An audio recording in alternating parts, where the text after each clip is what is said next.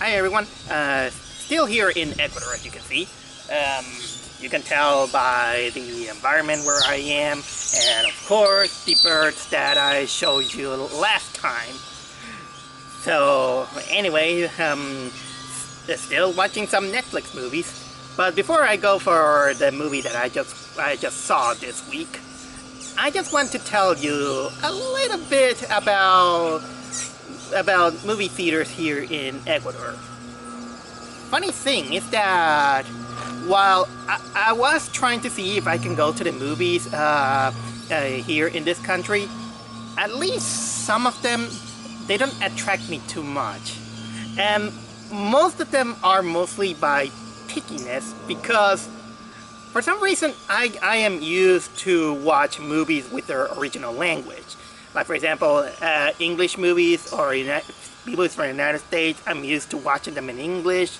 I'm used to watch Japanese movies with the Japanese dialogue, and so on, so on, so on. But the problem a little bit here in Ecuador is that a lot of the movies are Spanish dub. Most of them. Sometimes they give you the subtitle versions. The subtitles doesn't bother me in the least. But there are few movies that I do want to watch, but I want on the original version. I don't want to watch them, Spanish dub, because sometimes, if I have to be a little bit nitpicky about Spanish dubs, is that sometimes you can feel that the voice acting, they're not even trying. They don't try to convey some kind of emotion. They're just making some kind of emotion because they have to act through it. They don't get into the character. So this is why I get a little bit of a problem with Spanish dubs, which is a shame, because some of those movies that are presenting, at least here in Ecuador, sorry about the plane, I do want to watch. There is this horror movie called Jack in the Box. They're also, believe it or not, they're showing Trolls World Tour. I already gave my review out of it. And also there's this Pinocchio movie in which Roberto Benigni stars. Okay, sometimes you might be asking, did Roberto Benigni was in a Pinocchio movie years ago? Yes, he was. But this time, he's the puppeteer. What is this man's fascination with Pinocchio? Okay, maybe, and also on the get-go, I feel pissed that I'm hearing that this week a Jackie Chan movie is gonna show up in movie theater, which is bullshit, because I want to watch that movie. I love Jackie Chan. But anyway, that's my rant from this moment. So what movie did I just saw this week? Guess what? Another movie that came out a few weeks ago, but I had stuff to do, and I think I gave my priorities to SpongeBob instead to that one.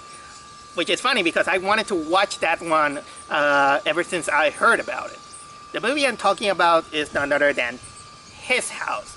A movie made from the BBC company, psychological horror from what I saw from the trailer. And it has the African American couple acting. There's also, what was it? Mark Matthews, I think he was called that. Oh yeah, Matt Smith. Matt Smith acting in the movie, which I heard he was one of the doctors. Sorry, I'm not 100% familiar with Doctor Who lore. But anyway, I'm always welcome to watch a horror movie that I wanted to expect to scare me. It doesn't matter if it has to be pretentious, or it has to be dumb horror that gives me some couple of laughs. I welcome it. But to put it short, I want to tell you this. I really like this one. His House is really, really good. It's been a while since I've seen a good horror movie of this caliber.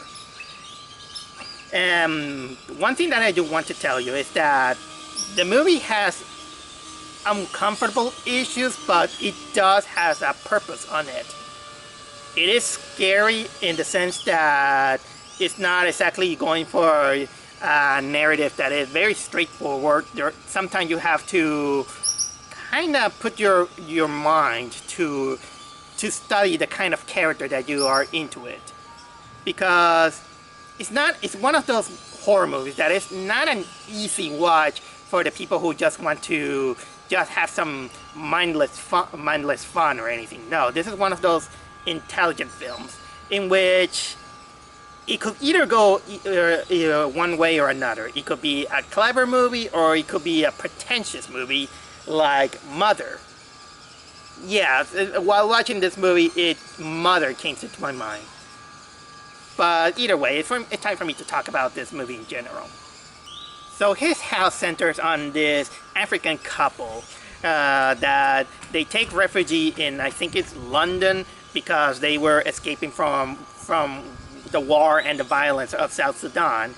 And of course, the social worker, they put them in a really shithole of a place, but still they want to make up their new life. They just want to run away from it all. They just want to settle down, and they are very hopeful that they're gonna turn the house into their lifestyle. Little that they know is that the house somehow it feels haunted with some ghostly apparitions and let's say African ghosts that are there to haunt them. And according to one of them, it's probably they're cursed by an African witch, an African witch that I don't remember what is the name of it. I'll put it there. And basically that's the gist of the story. So you might be thinking that, well, this is basically a ghost story. It is, and it is, and it's mostly in the terms of the psychological, which I like that when you're trying to make a psychological horror. One of the things that people doesn't get most of the time is that sometimes the smallest cast can give out kind of like a big impact, and it's much more easier to have a character study or a theme study to study with it. In this case, you're gonna it mostly deals in how this African couple, who they just want to run away from all the violence and the horrors of in this case South Sudan. Because here's something that most people try to ignore, or sometimes they know, but it's kind of like not their problem. It's that in most parts of Africa, from what I can get, they're still having their problems with war, with famine, violence, street wars, a lot of things that if I want to excuse if I'm not very knowledgeable into that. But you know what? For some reason, it kind of reminded me of the what was it? The Coney 2000 video for some reason. But anyway, it's understandable why these African people, they just want to run away from it all and make a life in London, even though because of the the government relation, they have to give them with something that they have to start with the food stamps. They have to follow the rules that they must not get jobs until everything all the papers are work. But I still don't get why they just threw them as something that is kind of worse than the slums. Because first of all, the house is a shithole. The walls are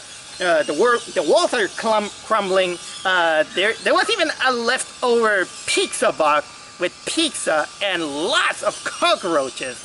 I mean, they just dropped them there, and I don't know. I know that the couple were pretty optimistic that they're gonna fix the house and everything, because we're gonna fix it and everything. But still, the government should also help them. I mean, I'm not knowledgeable of that, but I don't think the government is cruel enough to drop the refugees of all people to a shithole. Oh, wait. Now that I think about it, maybe there are times that I have to shut up and think it over. I'm not gonna go too much exactly into that. Sorry about that. When I'm supposed to be talking about a horror movie about two African people dealing with this harsh environment. Sorry if I'm stumble saying African Americans, but it kind of became a little bit mechanical in my mouth. Alright, then let's go with the technical part. In technicalities, the acting is really good. The African couple is amazing. I think that it's better acted or on par to the acting that I saw. I think it was last year or 2 years ago. What was it with Get Out? There's also so I have no complaints on that part. Another thing that I like about this movie is that for a horror movie, it doesn't rely, on the cheap jump scares. There are a few of them, but it's well earned because they know that in order to have an effective jump scare, you have to set the mood first. There is no orchestral strings that are gonna give you some cues, or sometimes they just can't kind of give out some jump scares. But since it is a psychological horror, they do dwell on saying that the horrors are usually, people hallucinating things, or sometimes they dream it. In which if you don't like this kind of movie that you feel cheated at, that scare it comes up by a dream, it's gonna turn you off a little bit. The pacing can be a little bit dry, I would say. A little bit slow, so it's one of those movies that it takes a little bit of a tour to understand what is going on. There are indeed cosmetic designs of the ghost, and also some CGI environments, but to be fair, they look really good. They don't overwhelm too much on what it matters to be a good psychological horror. Which the psychological horror is not exactly just on watching horrible things. It's also understanding what the characters are going through, which I'll get to that when I touch upon the theme. I do remember that the music is also very haunting, because here's the thing, they do technically use some elements that you might think that they come up from the native African culture. Truth to be told, sometimes when they're implemented, it can be very scary, I must say. I mean, sometimes you hear in the background the African native language, like, sorry, I don't understand it, but this is the closest thing that I can interpret it without trying to sound mean-spirited. But it's like something like that. And in an environment like that, it's unsettling, it's disturbing, especially when you consider what is happening with the character, which again I'll get to it later. Boy, that I remember that I was watching this movie with my headphones, and it was one of the few instances in movies that I wanted to turn off the volume because I didn't want it to hear. I didn't do it. I was like, come on, suck it up. You're gonna see through this film. And that's what I did. It is time for me to talk about the theme of this movie, which, again, is basically kind of like the most important part of the movie. And this is where I kind of wanted to get a little bit nitpicky, because just like Mother, when you try to make a little bit of an artsy film or a psychological horror that dwells into a theme that is kind of very familiar or over talk or under talk, or that you want to put some kind of message or reflection to people, it sometimes might come up as preachy, or sometimes come up as pretentious. This movie could have been a little bit walking into the cliff of pretentiousness, but it didn't go too far in the case, just like some worse cases like Mother, which I'm not saying that the movie Mother is a bad movie. It's just that it's a little bit too pretentious in a way. I had fun with Mother. If you want to know my opinion about that one. Even though I was like, okay, I get it. But in this case, I think that it did wanted to showcase the situation that immigrants go through when they go into another country and they are taking refuge. But in this case, they mostly are centering on the cases of refugees that are running away from a terrible life that they had in their home. In this case, war in South Sudan, and that once they got into their destined goal, sometimes they have to leave the thing on fate, in which the government or the people who are taking them refugee, they're gonna take them for granted, and of course they to start to build things out of basically nothing or garbage, and then try to fit in. But unfortunately, sometimes fitting in is easier way than said. No, it's easier said than done, because you have to fit in, and sometimes you have to obey their rules. But at the same time, that could also mean losing your identity, which it is reflected in actually in the couple, because without going with the names of the character, of course, because I know that the character, I think it was Real, and you know what? I got my IMDb here. Sometimes I forget the name. Oh, Ball is the man. Ball is the man, and Real is the woman. I'll try my best to say the name. The guy named Ball, he kind of wants to forget everything about South Sudan and his experiences. He just wants to forget it all. He just don't want to know that, okay, I got here, so I just want to fit in. You also see him, when he wants to he goes to the shop. He tries to make friends by trying to like the football team.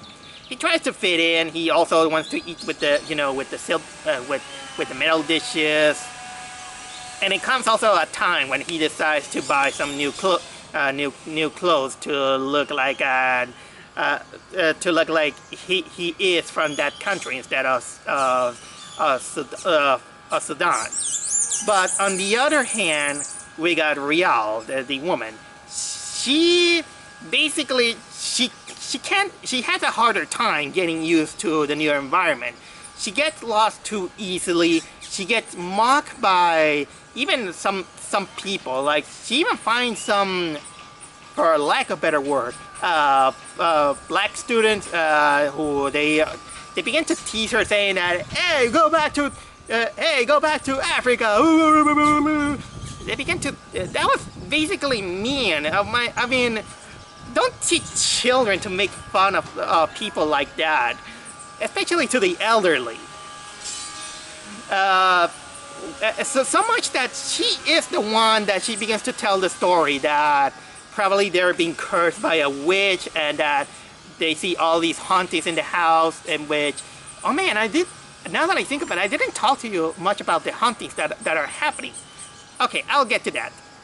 Well, yeah, basically the hauntings comes up as apparitions of ghosts that sometimes they appear on the wall, they knock the door, they appear as zombies. Really creepy stuff. Something that you kind of in a way you kind of begin to believe that there might be some kind of witchcraft involved in it, African witchcraft.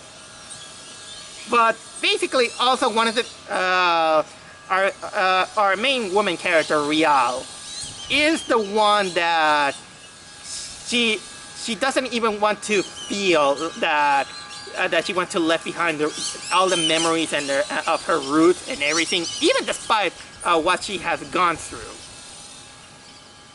And it's disheartening. You see this couple clash between each other. You know that they kind of love each other or like each other, but them clashing on saying that I want to keep, no, I don't feel good about it. No, we just ran away from it. We just returned everything. But the point is that they're clashing between I want to go back or I don't want to go back. Technically they don't want to go back. And sometimes it is funny and it is disturbing enough when they begin to, when especially Bull want to have wrecked almost the whole house. It kind of wrecks the wall, and he has to come up with excuses with when he has to report to the social workers, saying that yeah, everything is fine, everything is fine. So tension begins to rise high and high. But you know what? I haven't got to what is the biggest crux that brings the tension to all this. Here's the biggest tension that this movie has. Because despite everything that I've said, I haven't mentioned that the biggest thing that this couple goes through is that they lost their daughter while running away from South Africa. Because at the beginning of the movie, you see them with the daughter, and basically they were running away by sea, and you know that by going by sea is really dangerous. And basically that ship sinks because, well, it's not a good ship. It's just a raft, inflatable raft, and many people drown, including the daughter. So they find out. So these couple were some of the lucky few that survived, and of course the lucky few that got the chance to give them a chance to build a home in kind of like this shitty ass place. But basically, most of the time they talk about the daughter. Bull, the guy, he wants to even wants to put everything in denial. He wants to, forget everything. Sorry, there was a bee that buzzed me on my ear. But Rial, she just wants to say that she wants to go back and take responsibility, and she even clings to the toys of her daughter, so much that it is sad, but also understandably disheartening in one way or another. And this kind of becomes the crutch of everything. And this all leads to a great climax, a really, really great climax in which there's a lot of twists, let me tell you, but I'm not gonna dare you to reveal you the big twist. The only thing that I'm gonna reveal you is a little bit my reaction. Is that I thought that, boy, you're a piece of shit. But then it hits me again, a little bit too late, saying that in situations like that, you kind of understand that sometimes humans do the most garbage of things, but sometimes the moment of desperation makes you do all these things that, man, that normally you wouldn't even forgive, but sometimes there are exceptions to the rule. That's pretty much everything that I'm gonna reveal you about the climax of His House. Sorry, there's a baby crying over there. Alright, it calmed down. But I think that I talk about enough about his house. If you haven't watched it, I highly recommend you his house. It's probably one of the best horror movies I have seen this year. And not, unfortunately, I wish I could have seen it theatrically, because I would have loved to see all this environment, you know, on the big screen. But until this pandemic happens, we have to deal still with the, you know, with all this. We have to deal with less movie screenings. I just kind of cross my fingers that that the movie theater industry doesn't technically die, or probably die but being reborn. Man, that makes you think about it. But either way, if I had to say something about what this movie gave me while watching, is that sometimes some people are pretty lucky the things that we get, but there are some other people who try to escape from even horrible things that they feel they're trying to their best to run away from it. But the limitations of the countries, the legal system, everything makes them, it's kind of like going through from one war to another. Kind of like going from a big evil to a lesser of two evils. I'm not trying to be kind of like pretentious here, because I know that his house is basically kind of like a character psychology study about immigrants or people who escape from countries that are stricken by war and everything. But in a way, I think that we as human beings, we could at least try to think about these kind of people and the hardships that are going through, and that once they manage to get away from it all, they have to deal with another set of problems. The problems about fitting in, the problems to leave all the horror behind, and also the deal about losing their own identity in order to fit into one place or another. So that's my whole take on his house.